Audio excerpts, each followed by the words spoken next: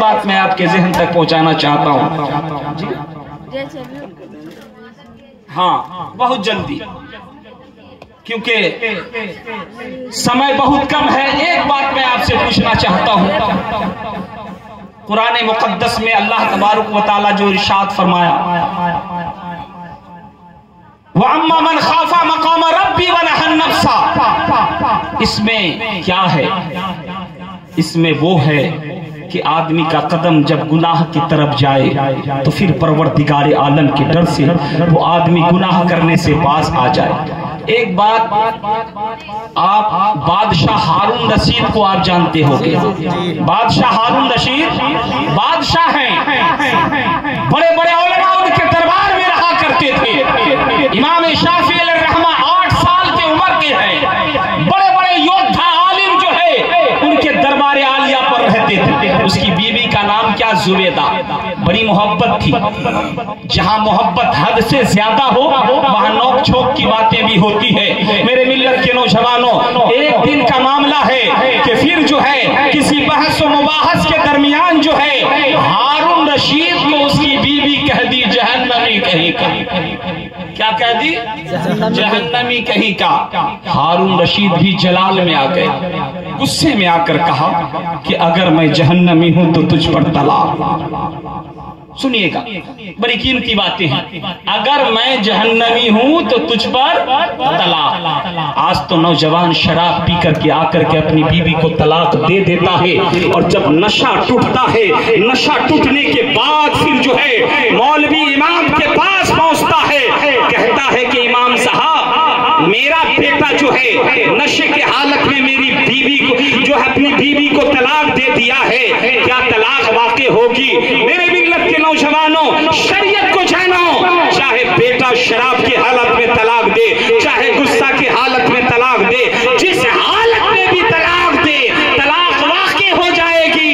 میرے ملت کے نوجوانوں، پھر جب اگر کوئی عالم اگر شریعت کی روشنی سے اسے جواب دیتا ہے اس کا ذہن قبول نہیں کرتا ہے. مولوی سے ہٹ کر کے جو ہے مفتی کے پاس فتویٰ لینے کے لیے کٹیہار چلا جاتا ہے، پورنیہ چلا جاتا ہے، اور جو ہے جو باتیں یہاں شوہر بیوی کے درمیان ہوئی تھی مسئلہ کو بدل دیتا ہے اور کہتا ہے کہ میرا بیٹا کہا تھا کہ اگر تم ایسا کرو گی تو میں تجھ کو طلاق دے دوں گا. مفتی صاحب بتائیے طلاق واقع ہوئی یا نہیں؟ دنیا کا کوئی بھی مفتی کیا کہے گا؟ طلاق واقع ہو گئی، طلاق دے دوں گا، مار دوں گا، سر پھوڑ دوں گا. کبھی کیس نہیں بنے گا پھوڑنے کا، سر پھوڑنے کا کیس نہیں بنے گا. پھر کہے گا امام کو کچھ پتا نہیں ہے. ارے مفتی صاحب کے پاس گئے فتویٰ لینے کے لیے تو مفتی صاحب کہا کہ طلاق واقع نہیں ہوگی، جیسا بولو گے ویسا ہی تو ہوگا. مگر ہارون رشید بادشاہ کو دیکھو، بیوی مئی کے چلی گئی مگر محبت تڑپانے لگی، محبت تھی تڑپانے لگی.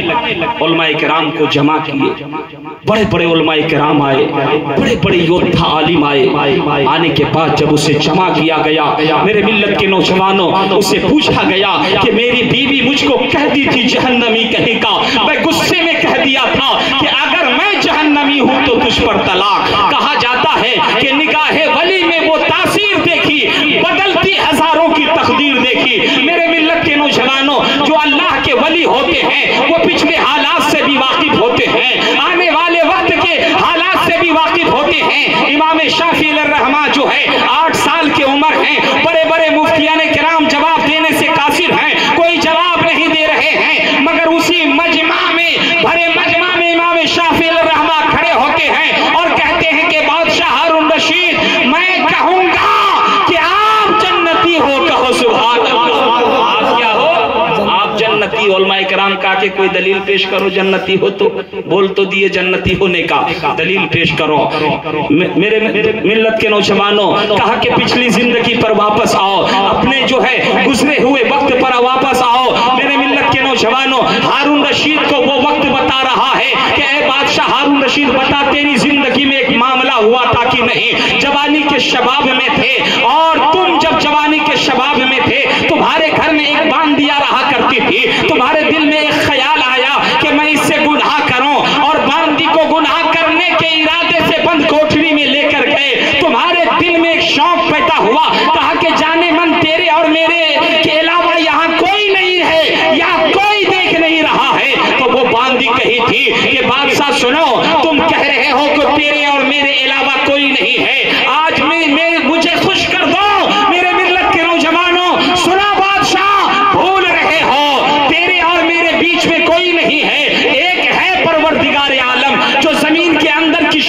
دیکھتا ہے, آدمی کے دل کے اندر کے ارادوں کو بھی دیکھتا ہے. وہ پروردگار عالم سب کی حالت سے واقف ہے. اللہ تعالیٰ سب کی حالت سے واقف ہے. ہارون رشید کے دل میں ایک دہشت طاری ہوئی, ایک خوف طاری ہوئی, اور اللہ کی بات سنتے ہی میرے ملت کے نوجوانوں بند کوٹھری سے الٹے قدم وہ بھاگے اور کہا کہ بتا ہارون رشید, اس طرح کا معاملہ تیری زندگی میں ہوا تھا کہ نہیں؟ جب بادشاہ ہارون رشید کہا کہ میری زندگی میں اس طرح کا معاملہ ہوا تھا, میں کسی انسان کے ڈر سے نہیں بلکہ پروردگار عالم کے خوف سے اس بند کوٹھری سے باہر نکل گیا, اور کبھی اپنی زندگی میں گناہ نہیں کیا. کہا کہ اسی بنا پر پروردگار عالم ارشاد فرماتا ہے وَأَمَّا مَنْ خَافَ مَقَامَ رَبِّهِ وَنَهَى النَّفْسَ عَنِ الْهَوَىٰ فَإِنَّ الْجَنَّةَ هِيَ الْمَأْوَىٰ. آدمی گناہ کرنے کا ارادہ کرے, پروردگار عالم کے خوف سے, دہشت سے, ڈر سے وہ آدمی پلٹ آئے, گناہ کرنے کا ارادہ چھوڑ دے, اللہ رب العزت ارشاد فرماتا ہے اس انسان کے لیے جنت کا در کھلا ہے. اے بادشاہ ہارون رشید, تم جنتی ہو, کہو سبحان اللہ. میرے ملت کے نوجوانوں, آج اگر ہم اس آیت پر عمل کریں تو بولو کہ شادی بیاہ پر ڈی جے لے کر آئیں. آج اگر ہم اس حدیث قرآن مقدس کی آیت پر اگر عمل کریں تو بتاؤ ہماری زندگی شراب کی طرف جائے گا, ہمارا قدم شراب کی طرف بڑھے گا. شراب وہ ایسی شے ہے کہ شراب پیو گے تو گردہ خراب ہوگا, اور جو ہے جب شراب پیو گے تو تمہاری دنیا بھی خراب ہوگی, آنے والا سمے بھی خراب ہوگا, اور پھر شراب سے جو ہے تم نہ جو ہے عزت کی زندگی جی سکتے ہو, اور رب تعالیٰ کی طرف سے نہ تمہیں انعام مل سکتا. اے شراب پینے والوں سنو, اپنی جوانی کو رب کے بارگاہ میں جھکانے کی کوشش کرو.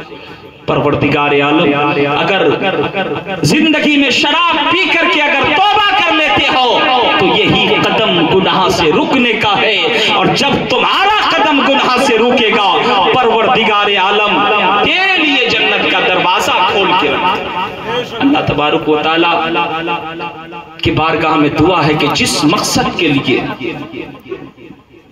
یہ پروگرام رکھا ہے, سالگرہ کے موقع پر مرحومہ یا مرحوم جناب ابراہیم چچا کے خاندان سے جتنے لوگ دنیا چھوڑ کر چلے گئے ہیں, دعا کیجئے کہ اللہ تعالیٰ کروٹ کروٹ جنت نصیب عطا فرمائے, اور جتنے علماء کرام یہاں شرکت فرما ہے اللہ ہم سب کو بھی ہدایت نصیب عطا فرمائے, مذہب اسلام قرآن و شریعت کے مطابق زندگی گزارنے کی توفیق عطا فرمائے.